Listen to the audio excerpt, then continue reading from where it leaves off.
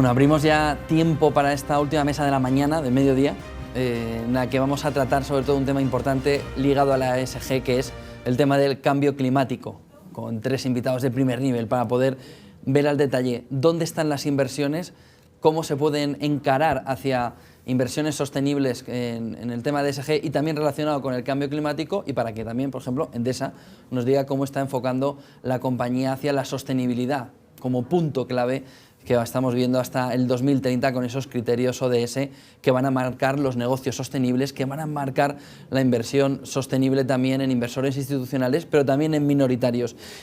Tenemos con nosotros a Ricardo Comín, Sales Director and Deputy Country Head Iberia de Vontobel Asset Management. Hola, ¿qué tal? Buenos días. Bienvenido. Gracias, un placer, José, estar con vosotros. Y tenemos también con nosotros a Jorge Díaz, responsable de ventas institucionales de Amundi Iberia. Jorge, buenos días. Muy buenos días, ¿qué tal? Perdona por la espera, que sé que estás ahí conectado desde hace un rato. Perdona la espera para entrar. Y tenemos con nosotros a Adolfo García Nombela, Head of Finance Insurance de Endesa. ¿Qué tal? Buenos días. ¿Cómo Gracias estás? Y bienvenido. Gracias a vosotros. Vamos a dejarle que está online a Jorge Díaz, que empiece, que abra el fuego un poco. ¿Cómo veis desde Amundi, Jorge, esas inversiones ESG y sobre todo cómo pueden apoyarse en inversiones sostenibles relacionadas con el cambio climático? Bueno, la verdad que nosotros llevamos desarrollando programas relacionados con cambio climático ya desde hace un largo tiempo. Evidentemente, todo esto toma mucha tracción a raíz del COP21 de París del 2015, que, bueno, sobradamente conocida hoy en día, pero que en su momento fue claramente disruptivo, pues porque aproximadamente 180 países pues firmaron dicho tratado. Como bien sabéis también, es la Unión Europea quien está liderando en cuanto a nivel país o zona de países todo lo que es presupuestos dirigidos a canalizar inversiones sostenibles, y es quien está liderando en el mundo pues todo este proceso. Nosotros, bueno, el tema de la sostenibilidad propiamente dicha, pues lo llevamos realizando desde el año 1989. En el año 1989 lanzamos el primer fondo de inversión sostenible. A raíz de entonces, evidentemente, todo ha cambiado muchísimo. Pues se cuentan con mucho más recursos, mucho más medios, una metodología de integración de ESG pues muy elaborada. Y bueno, pues el cambio climático es un punto, una piedra angular en todo este tema. Al respecto, bueno, pues nosotros ya hoy en día todo lo que es Green Bonds está bastante desarrollado, pero en su momento nosotros lanzamos el primer fondo de Green Bonds, o uno de los primeros, de Green Bonds de impacto, es decir, porque muchas veces el separar el grano de la paja o la prueba del algodón del grado de sostenibilidad, pues es midiendo el impacto. Entonces este fondo se lanzó hace 4 años, ahora exactamente, y tiene un objetivo de ahorro de toneladas de CO2 por millón invertido al año, y es un reporting que se actualiza cada mes. Y luego, bueno, pues también hemos ido desarrollando diferentes iniciativas, y sobre todo también mucho haciendo de nexo con del sector público con el sector privado, porque como todos sabréis, las emisiones de bonos verdes en la actualidad hay alrededor de 800.000 millones en este momento, pero están muy focalizadas en lo que es supranacionales, Europa, gobiernos, con lo cual hay un amplio espectro de países y de tipologías de inversión y de sectores que al día de hoy todavía queda mucho por desarrollar. Entonces nosotros hemos lanzado programas, por ejemplo, con el IFC, para canalizar una inversión de 2.000 millones de dólares para desarrollar proyectos de bonos verdes en países emergentes. Y luego pues también hemos llegado a un acuerdo con el European Investment Bank para desarrollar proyectos para esos asset class que mencionaba anteriormente, que no se cubren con tanta, al día de hoy no están tan desarrollados como pueden ser titulizaciones, high yield, etcétera, small y mid cap, pues para tratar de capilarizar en aquellos activos que al día de hoy todavía les queda por avanzar. Ricardo. Bueno, nosotros como lo hemos tratado de encauzar nos hemos fijado mucho en lo que acabas de nombrarlo, en el ODS, Objetivos de Desarrollo Sostenible. De los 17 objetivos creemos que hay 6 que pueden estar muy ligados a lo que es puramente ratios financieros y a lo que puede generar rentabilidad. Y ya hace 12 años lanzamos un fondo que se llama Clean Technology, que lo que hace es invertir en todo este tipo de estos puntos de esos 17 que pueden tener retorno financiero. Lógicamente, entre esos puntos está el tema de acabar con el hambre, el tema de un poco lo que es la escolarización de la población. Eso no te puede dar un retorno financiero, pero hay otros, como acabas de nombrar, energías renovables, como puede ser tratamiento de residuos, todo lo demás, que sí que te puede traer retorno inmediato.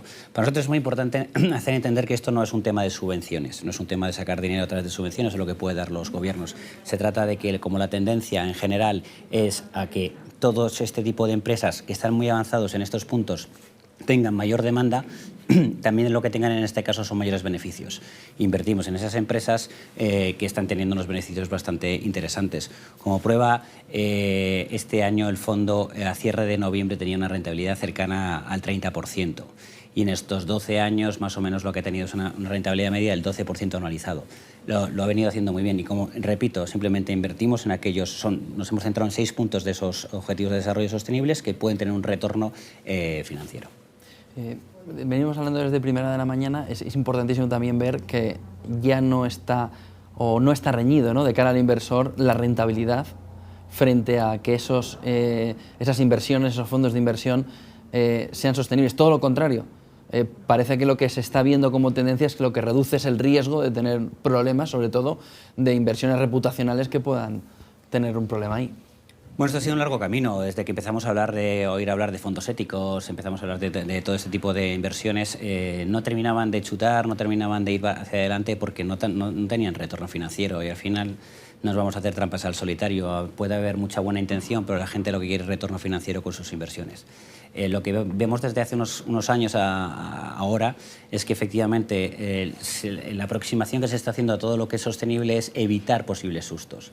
Y siempre decimos lo mismo, si al final a una gran empresa le meten una multa porque ha contaminado, puedes pensar, bueno, le ha caído a esa empresa, pero no le cae a esa empresa, le caen los beneficios de la empresa, porque tienen que gastar parte de esos beneficios en pagar un multón. ¿Eso en qué recae? En los accionistas. Entonces, cuanto más puedas adelantarte o puedas averiguar empresas que puedan evitar esos posibles sustos de cara a futuro, y luego, sobre todo, imagínate ya riesgo reputacional, vendes menos en el futuro, imagínate también en este caso riesgo reputacional con algo de gobernanza o no dar los números como en este caso nos pueden llegar a exigir. Bueno, pues eso nos va a ayudar a evitar sustos en el futuro, y está funcionando, y sobre todo está funcionando en países en el que es más complicado esto, como pueden ser países emergentes. Adolfo, ¿cómo está encarando Endesa esas inversiones para conseguir ser una compañía cada vez más sostenible? Bueno, Endesa, el compromiso con la sostenibilidad lo tiene ya desde hace muchos años. De hecho, Endesa es una compañía que ha sido miembro del Dow Jones Sustainability Index desde hace más de 20 años, con lo cual son conceptos que hemos tenido siempre muy integrados dentro de la estrategia en un sector donde se combina, claro, la presencia frente al regulador por un lado, y la presencia frente a los clientes por otro, y un sentimiento de que tienes una función social importante, ¿no? Nosotros desde hace ya varios años hemos integrado todos los conceptos de sostenibilidad dentro de la estrategia, que yo creo que esto ha sido un elemento diferencial con respecto de otros sectores, otras compañías que van adaptándose más bien a esta tendencia. Nosotros venimos liderando este proceso desde hace ya bastantes años, y en el momento actual lo que estamos es muy alineados con las agendas globales, Acuerdo de París, etcétera, pues enfocando el futuro con una perspectiva en la que el objetivo fundamental y el que tenemos, digamos, como prioritario es la descarbonización plena de la economía, ¿no? Ese objetivo para el 2050 nosotros lo tenemos, lo estamos tratando de anticipar al año 2030, y eso para nosotros lo que supone pues es un esfuerzo inversor muy grande, sobre todo en tecnología renovable. Estamos haciendo un proceso de sustitución de lo que era la energía de generación con tecnología clásica, pues como puede ser el carbón, y lo estamos llevando todo a renovables con un plan muy ambicioso. Hace unos días, de hecho, hemos anunciado en el Capital Market Day de la compañía un presupuesto de 25.000 millones de inversión de aquí al año 2030, donde prácticamente un 40% son renovables, el otro 40% es eficiencia en redes y el 20% pues son otro tipo de inversiones. Y eso va a hacer que consigamos que del total de capacidad que tiene la compañía, de capacidad instalada de generación, prácticamente en el año 2023 estaremos ya prácticamente en el 60% de porcentaje de renovables y casi en el 90% en términos de producción sin CO2, que es donde realmente vemos que está el objetivo. Lo que en términos de sostenibilidad nosotros entendemos la parte que es donde se ha puesto más foco, que es sobre todo la parte ambiental, pero realmente estamos tratando de llevar los conceptos de sostenibilidad pues un poco más allá, lo que es la relación con el entorno, lo que es la relación con otras compañías, lo que es la relación con los proveedores. De esa manera es lo que tratamos de explicar cuando decimos que lo tenemos incorporado en la estrategia, ¿no? Desde el punto de vista de financiación, que se ha comentado ahora mismo, hemos sido uno de los primeros grupos colocando bonos verdes en el mercado ya desde hace un tiempo. Ese modelo para nosotros nos ha supuesto algunas limitaciones porque la normativa de bonos verdes hasta ahora está muy vinculada al tipo de inversión que vas a hacer. Claro, grupos como nosotros, que somos grupos integrados, realmente necesitamos mover mucho volumen, mucha escala, pero todo dentro de un contexto vinculado a la sostenibilidad. Entonces hemos sido pioneros en lanzar bonos indexados a objetivos de sostenibilidad, pero que nos evitan la restricción del uso directo de los fondos. Y de esa manera pensamos que vamos a ser capaces de darle más escalabilidad en los mercados de capitales. Y el año pasado, nuevamente, pues fuimos pioneros en lo que serían los préstamos verdes. Endesa ha sido la compañía que firmó el primer préstamo verde del Banco Europeo de Inversiones y el primer préstamo verde del ICO. Con ambas instituciones hemos sido los primeros en firmar préstamos verdes, de lo que estamos muy satisfechos. Llega todo el plan de ayudas europea, todo este plan Marshall europeo de recuperación, y entiendo que ahí Endesa va a jugar un papel fundamental, y junto a ello el cambio climático jugará un paso fundamental para que esas ayudas europeas puedan aplicarse en proyectos que de verdad afinen hacia lo que Europa está pidiendo, que no son proyectos por hacer proyectos, sino son proyectos que cambien la economía hacia los negocios sostenibles. ¿Por dónde puede apuntar ahí Endesa? Así es. Sí, nosotros, claro, con los Next Generation Funds, la verdad es que está apuntando mucho en la línea de trabajo en la que nosotros estábamos apostando, así que la verdad que nos sentimos extraordinariamente cómodos porque estamos encontrando un apoyo institucional muy grande, tanto a nivel europeo como por parte de las autoridades aquí en España, ¿no? Y en ese sentido nosotros vamos a tratar de ver de qué manera, además del plan que ya teníamos de transición hacia una economía, hacia una generación sin emisiones, de qué manera podemos ir un poquito más allá con la ayuda de esos fondos y buscar proyectos que a lo mejor habíamos descartado y que sin embargo con el nuevo empuje que viene desde Europa, pues a lo mejor podemos reubicar nuevamente dentro de la cartera, ¿no? Y ahí estamos entrando no solo fotovoltaico o eólico, que es lo más evidente, sino que estamos viendo también temas de hidrógeno, estamos viendo temas de almacenamiento de energía, que pensamos que por ahí es donde pueden ir las cosas, ¿no? Jorge, la recuperación económica ¿tiene que ir ligada también a la inversión sostenible? Bueno, esto es algo que yo creo que es muy evidente. Estamos constatando año tras año que los desastres naturales pues están en aumento. Están en aumento pues porque la evidencia del calentamiento global pues está provocando pues más desastres naturales que todos conocemos, y temperaturas, récord de temperaturas tanto extremas al alza y a la baja en invierno y en verano, y evidentemente pues claro, al final estos son costes pues de todos estos destrozos que ocasionan todos estos eventos naturales. Entonces, meramente desde ese punto de vista meramente medioambiental, pues está claro que cuanto más aceleremos en este proceso, pues reduciremos los gastos ocasionados por este tipo de eventos.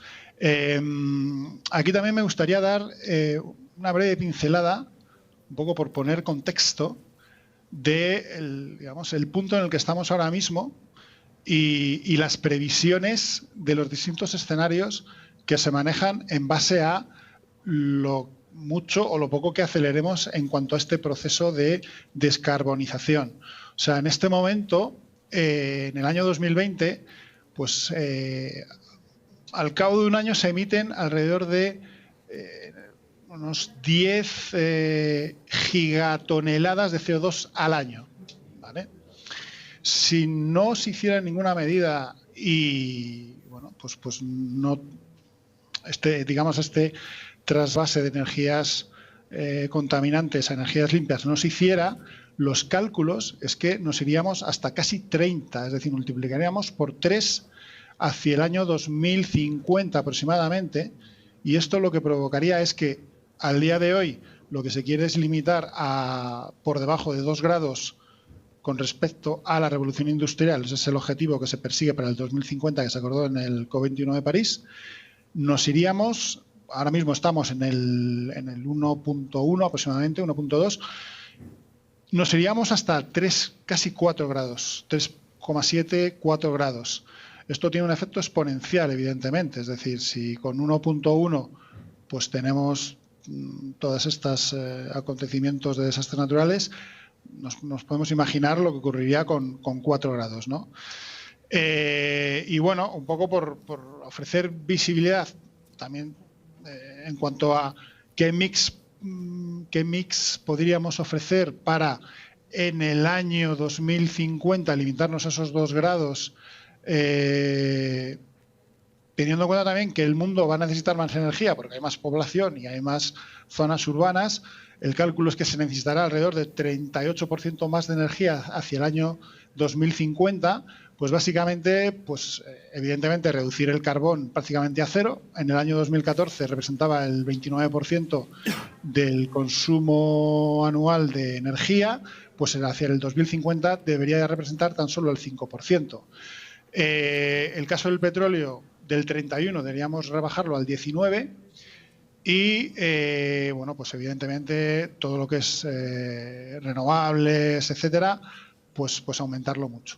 Con lo cual, ese un poco sería el mix product, es decir, tendríamos alrededor de 5 fuentes alrededor del 20%, entre gas, petróleo, nuclear y renovables, y sobre todo, pues reducir casi al 5% el tema del carbón. Con ese mix product alcanzaríamos un poco el objetivo hacia el 2050. ¿En qué porcentaje, Ricardo, depende la recuperación de esa inversión sostenible? Si se puede precisar algo, es decir, ¿cuánto vamos a estar pendientes de esa inversión sostenible para conseguir la recuperación económica? Bueno, vamos a ver, estamos hablando de recuperación económica COVID, estoy entendiendo, sí, ¿no? Lo que está claro es que las ayudas, sobre todo en Europa, están ligadas a un desarrollo sostenible, a un desarrollo de digitalización, a un desarrollo tecnológico. Y por esa parte, lógicamente, lo que son las ayudas vienen en un ratio, en un porcentaje muy alto. Pero no nos podemos olvidar que luego hay otra serie de sectores, hay otra serie de empresas que tienen su propia recuperación y que no van a depender 100% de la sostenibilidad, ¿no? Queremos que a lo mejor los espectadores en este caso se lleven a engaño, ¿no? Entonces, nosotros apostamos porque, lógicamente, esto va a ser un camino de largo plazo. Esto va a ser un camino, estaba hablando Jorge, del año 2050, esperemos tener muy superado en el 2050 el COVID, ¿vale? o lo que venga después. Y sí que creemos que es un tema que ha cogido velocidad de crucero. Irá por un lado y luego irá lo que es la recuperación económica por otra. La recuperación económica, pues hay otros factores que están ayudando, no solamente el tema de sostenibilidad, como puede ser los bancos centrales dando financiación mucho más barata, bajada de impuestos en la mayoría de los gobiernos, bueno, lo que es un plan más estructural, no solamente ligado a todo lo que es el tema de desarrollo sostenible. ¿Cómo traducimos esos criterios sostenibles en criterios de rentabilidad? Bueno, principalmente en mitigación como he explicado, ¿no?, antes, mitigación de riesgos y luego sobre todo los confrontas lo puedes llevar a confrontar con fondos o con vehículos, llámese ETFs o lo que sea, que no tienen esta mitigación de riesgos, y últimamente están saliendo bastante mal parados los que no están utilizando metodología ISR. Con lo cual esto es muy cuantitativo. Nuestro sector, por suerte o por desgracia, se puede medir todo mucho y enseguida se ve en la foto cómo lo están haciendo unos y otros. Es más, se está midiendo, como también estaba diciendo antes Jorge, se está midiendo hasta el impacto que tiene en el medio ambiente los diferentes fondos de inversión. Nosotros en nuestro fondo tenemos una calculadora en la que tú metes la cantidad de dinero que has invertido y directamente con tu inversión cómo estás ahorrando, entre comillas, disgustos al planeta. Entonces, sí, es perfectamente medible. Eso es muy interesante, ¿no? Porque de qué manera se realizan esas inversiones, ¿no?, para conseguir el impacto. Bueno, las inversiones, como digo, lo primero que en un momento dado se hacen es con un objetivo. Los objetivos en este caso es ligarte a lo que son los objetivos de desarrollo sostenibles que te pueden dar rentabilidad. Pero lo que también tienes que medir es cómo en un momento dado puedes impactar en la sociedad. Si tú estás invirtiendo, pongo un ejemplo, en Suez, con todo lo que es la limpieza de aguas, la distribución de aguas, el poder llegar a gente que hasta ahora no tenía acceso al agua potable. Tú todo eso sabes que por cada euro invertido estás dando ese tipo de servicio a las diferentes poblaciones. Pues pudiendo calcular eso, que eso te lo dan las propias empresas, tú puedes calcular con tu propia inversión y qué parte va a Suez, estás ayudando a distribuir agua potable o al saneamiento de aguas que no están en este momento para poder ser bebidas. Desde la parte de empresa, desde Endesa, Adolfo, ¿cómo medís ese impacto que se va teniendo en la sociedad de todas esas medidas? Bueno, a ver, nosotros desde el punto de vista de impacto, aquí yo diría que tenemos dos ángulos, ¿no? Una demanda social latente, que es, yo creo, bastante clara en el sentido de que estamos todos muy alineados en que el crecimiento tiene que ser sostenible, tiene que ser un crecimiento limpio, y por tanto lo que vemos es que desde el punto de vista de cliente esa demanda la tenemos cada vez más presente porque nos la están exigiendo, ¿no?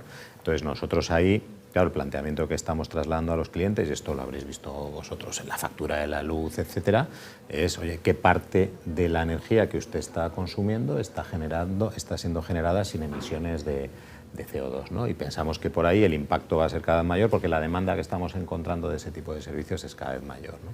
Lo mismo nos está ocurriendo con la electrificación, pues por ejemplo, con los vehículos, ¿no? Vemos una demanda creciente, en nuestro caso de clientes, que lo que quieren es, oye, si yo tengo la necesidad de transportarme, ver de qué manera eso lo puedo hacer contaminando lo menos posible, y son ellos mismos los que nos están pidiendo, oye, dame una medición, dime exactamente cómo estoy contribuyendo a este objetivo. Y nosotros ahí pues también tenemos un ambicioso plan de puntos de recarga para vehículos, que creemos que es un mercado que ya está aquí y que se va a desarrollar y que va a madurar muy rápido, ¿no? Probablemente mucho más rápido de lo que estábamos previendo hace un tiempo, ¿no? Pero bueno, yo creo que por encima de todo esto lo que tenemos son los acuerdos alcanzados por los gobiernos. O sea, al final los gobiernos acaban siendo los representantes de una sociedad, y cuando han impuesto una serie de objetivos que son razonables y que, como hemos comentado, son beneficiosos, y yo creo que ya hay mucho contraste con respecto de eso, lo que tenemos que hacer las compañías es alinearnos y dirigir nuestros esfuerzos en ese sentido, ¿no? Y ahí es donde estamos ahora mismo muy volcados. La verdad que en los últimos tiempos nos ha sido de gran ayuda pues la bajada de los costes en las tecnologías sostenibles. En el momento en que esto ya se ha empezado, entre comillas, a generalizar, pues hemos encontrado que la capacidad que tenemos para sustituir un tipo de energía por otra lo podemos hacer a mucho menos coste, ¿no? Y eso, bueno, pues al final redunda en el sistema. Jorge, ¿cómo medís vosotros ese impacto, ¿no? ese cambio de visibilidad, de rentabilidad que también se tiene a medir por impactos cada una de las inversiones que también puedan hacer los clientes?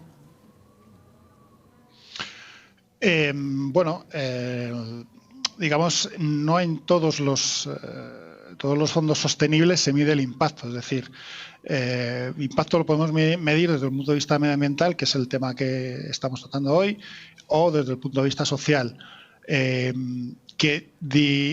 Podríamos decir también que desde el punto de vista de los 3 pilares, de medio ambiente, social y de gobierno corporativo, hemos visto, bueno, llevamos hablando toda esta sesión de que claramente Europa está liderando todo lo que es el cambio climático.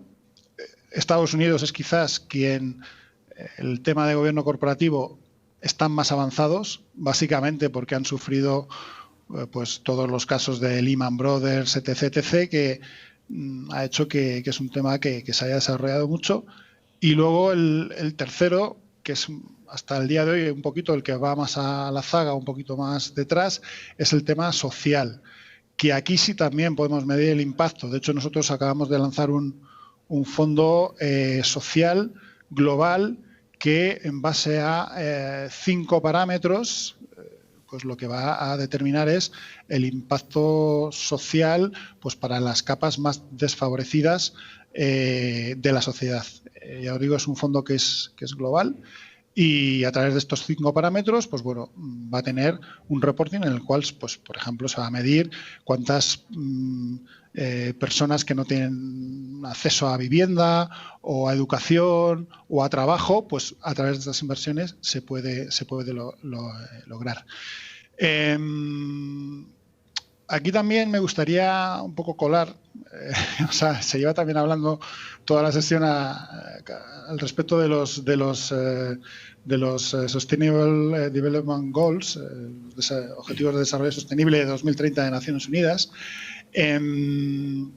Claro, desde el punto de vista de los países desarrollados, tampoco va a haber mucho problema en cuanto al poderlos alcanzar, ¿verdad? De hecho, son los herederos de los anteriores a los Sustainable Development Goals, eran los Millennials, que eran del periodo de 2000 a 2015, que eran muy enfocados en países del tercer mundo. Sin embargo, los ODS, que van, pues eso, desde 2015 al 2030, ya engloba también países desarrollados. Las necesidades de financiación estimadas son como de 90 trillions para alcanzar los 17 objetivos. 1/3 en economías avanzadas, 2/3 en economías, digamos, emergentes. El problema es que pues prácticamente ese porcentaje en las economías desarrolladas pues se va a alcanzar, claramente. El gap, el hueco, es alrededor de 39 trillions. O sea, digamos, las necesidades de financiación son 90 trillions y lo que falta por alcanzar son 39 trillions, que prácticamente el 96% corresponde a economías emergentes. Y de esos 39 trillions, 13,5 son directamente relacionados con temas de economía de bajas emisiones en CO2. Y ahí es donde está, yo creo, el gran esfuerzo a realizar en los próximos años. Países desarrollados, pues ya estamos claramente en una dinámica pues muy positiva, pero claro, Europa, Estados Unidos y Australia y Japón y Corea, pues es donde están los países desarrollados. El resto del mundo, pues bueno, es donde quizás hay que hacer un esfuerzo más importante y bueno, pues tratar de canalizar flujos para que estos países que les cuesta un poco más, pues puedan reducir sus emisiones. Fíjate que hablamos en Europa de esos fondos de recuperación, pero toda la inversión que tiene que haber para conseguir en 2030 llegar a esos objetivos, a estos ODS, van a conllevar una necesidad de inversión absolutamente brutal. ¿Creéis que se puede llegar, Jorge, a cumplir esos objetivos? Incluso también a nivel europeo, no solo yéndonos a Asia.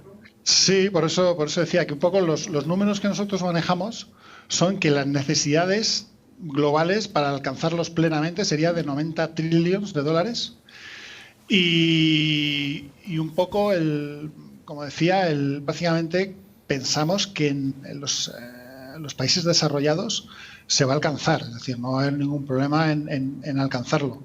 Donde va a haber ese problema, es decir, de los 90 trillions, digamos, lo que pensamos que no se va, digamos, en la trayectoria actual no se va a alcanzar, serían 39 trillions de dólares, que prácticamente el 100% es en economías en vías de desarrollo, que es un poco lo que siempre nos dejamos en el tintero cuando hablamos de estos temas, ¿verdad? Que al final el planeta es uno. Da un poco igual de dónde vienen las emisiones o la contaminación. Países desarrollados vamos en muy buena línea, pero claro, países como China contaminan muchísimo. India contamina muchísimo.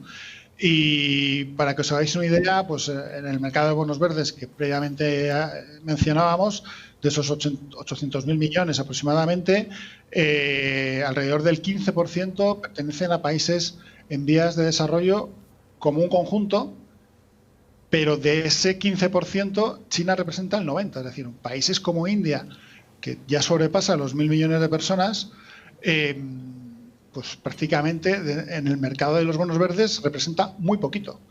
Y yo creo que el siguiente nivel, el siguiente paso es concienciarnos de que tenemos que ir a ayudar en la medida posible a estos países, porque como digo, o sea, emisiones de CO2 que van a la atmósfera al final repercuten a todo el planeta, es independiente de si ha sido el país A, B o C. Entonces, bueno, es un poco, yo creo, la reflexión que todos debemos hacer y quizás el siguiente paso es ese. Ricardo, es un maná de inversiones. Estamos hablando del Fondo de Recuperación Europeo, pero en el fondo el gran fondo es el del cambio hacia los negocios sostenibles, porque estas cantidades que estamos hablando van a conllevar una gran cantidad de inversiones que quien no acierte en ellas lo va a tener complicado para rentabilizarlas. Bueno, estábamos estimando que los 6 puntos de Objetivo de Desarrollo Sostenible que nosotros tratamos en el fondo del que estábamos hablando tienen una financiación anual hasta el año 2030 entre 20.000 y 30.000 millones. Es muchísimo dinero, por eso también es atractivo de invertir con todo esto. Lógicamente sí, quien no sea capaz de en un momento dado rentabilizar esta cantidad de dinero o lo pueda llegar a explotar de una manera eficiente, bueno, pues va a tener mayores problemas en el futuro. Pero luego también hay otra parte que, aparte de lo que puede ser el maná de inversiones y todo esto, es lo que puede ser la presión social, ¿no? Estábamos hablando antes de entrar que ya incluso en China, pues a la población está concienciada de que quemar carbón no es bueno, de que no es sano, y hay una presión incluso, estamos hablando de una dictadura, de que esto tiene que cambiar. Y probablemente sea mucho más fácil de convencer a los gobiernos, incluso con el coste que tiene ahora mismo, que hace 5 años y probablemente dentro de 5 años. Con lo cual lo que vemos es una especie de efecto bola de nieve que está cogiendo por todas partes de la sociedad. Hablábamos de los gobiernos, pero también las empresas. Endesa empezó hace muchos años a preocuparse de esto. Y luego hay otro punto importante. Yo creo que incluso los grandes productores de materias primas, como puede ser el petróleo, no llegan a un acuerdo porque muchos de esos países que pertenecen a la OPEP no ven que esto no va a durar mucho y tratan de vender el petróleo lo más rápidamente posible en el menor tiempo posible, porque esto, lógicamente, el consumo va a ser cada vez menor, con lo cual haz caja lo antes posible. ¿De que no llegan ni a un acuerdo? Efectivamente, porque Arabia Saudí ya te dice, no, yo quiero vender, si lo subo mucho a lo mejor vendo menos y no sé si me merece la pena vender menos pero más caro. Entonces es algo que está cogiendo muchísima fuerza y aparte de eso tiene el empuje de la cantidad de dinero del que estábamos hablando. Fondos de inversión de Bontobel relacionados con esta temática, con esta tendencia sobre los negocios sostenibles. Hace poco habéis sacado uno, hace muy poquito, sobre cómo invertir en infraestructuras en Asia. Es decir, ¿qué es lo que para un espectador que ahora mismo está viendo y que ha visto durante toda la mañana que hay una tendencia de inversión clara y puede estar dentro o no estarlo?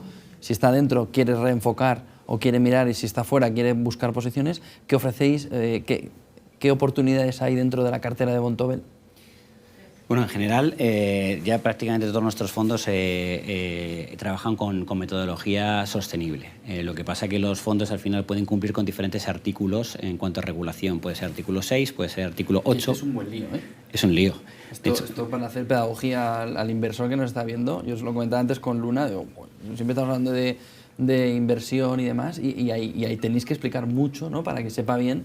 No, aparte es una cosa muy nueva. Entonces, al final hay artículo 6, que es como si dijéramos la parte más más baja, más fácil en cuanto a cumplir, luego el artículo 8 y luego el artículo 9. Entonces me voy a centrar en el artículo 9, porque el artículo 6 y artículo 8 tenemos varios. El artículo 9 sería principalmente el Bontobel Green Technology, que es el que estábamos comentando, que invierte con la idea de esos 6 objetivos de desarrollo sostenible, que tiene la calculadora que mide el impacto en los diferentes, en la parte energética, en la parte de agua, en la parte de desarrollo digital, en todo, ¿vale?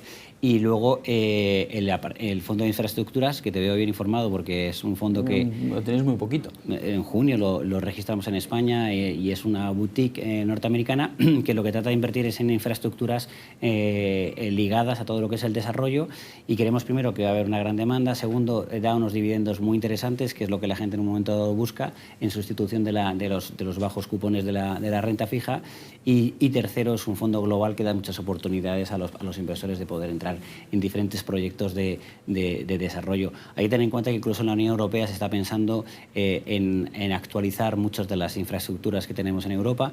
Es difícil esto decirlo de España. En España estamos bastante actualizados, pero hay que pensar a lo mejor en lo que es los trenes en Reino Unido, lo que es el proceso de todas las tuberías que llevan el agua en Francia, carreteras en Italia. Europa necesitaría una renovación de infraestructuras, y ahí va a ir inversiones importantes, y las empresas especializadas en infraestructuras sostenibles van a ser demandadas por todos estos planes de gobierno. Sí, porque quizá en España tenemos menos perspectiva, ¿no?, de que las infraestructuras las tenemos más nuevas, por decirlo de alguna manera, pero es verdad que incluso en gran parte de Europa esa inversión en infraestructuras va a ser clave. Y luego, aparte, podría formar parte también de un posible plan Marshall completo, no solamente en lo que es inyectar dinero al mercado, sino si tú eres capaz de invertir en infraestructuras, lo que vas a terminar dando es trabajo a la gente. Y si das trabajo a la gente, a lo mejor puedes dinamizar la economía, puedes incluso llegar a generar inflación y puedes llegar a generar crecimiento más fuerte. Entonces puede ser también un plan importante por parte de las autoridades europeas que, entre comillas, cumples con dos objetivos: el de dinamizar la economía y, por otro lado, el de renovar las infraestructuras en orden a una menor contaminación y a cumplir con esos objetivos del año 2050. Adolfo, ¿pensáis que se conseguirá llegar a esos objetivos de 2030 con todas las inversiones puestas en eso? Es un dineral. ¿Pensáis que va a haber manera de que las empresas, desde las empresas, presentéis proyectos suficientes como para llegar a eso? Sí. No depende solo de Endesa, claro. No, pero bueno, nosotros estamos, yo creo, de los primeros de la fila, con una lista de proyectos que ya hemos presentado, y nosotros la verdad que pensamos que sí que se va a llegar, ¿no? Tenemos mucha confianza. Estamos trabajando muy bien con el Ministerio aquí en España y con la Comisión para presentar los planes, y la verdad que tenemos mucha confianza, porque además vemos que en otros países de Europa este es un tema que está en lo más alto de las agendas. Entonces nosotros, en el sentido de encontrar objeto para poder realizar inversiones, yo creo que lo tenemos claro y tenemos mucha confianza en que llegaremos a los objetivos de 2030. Sí.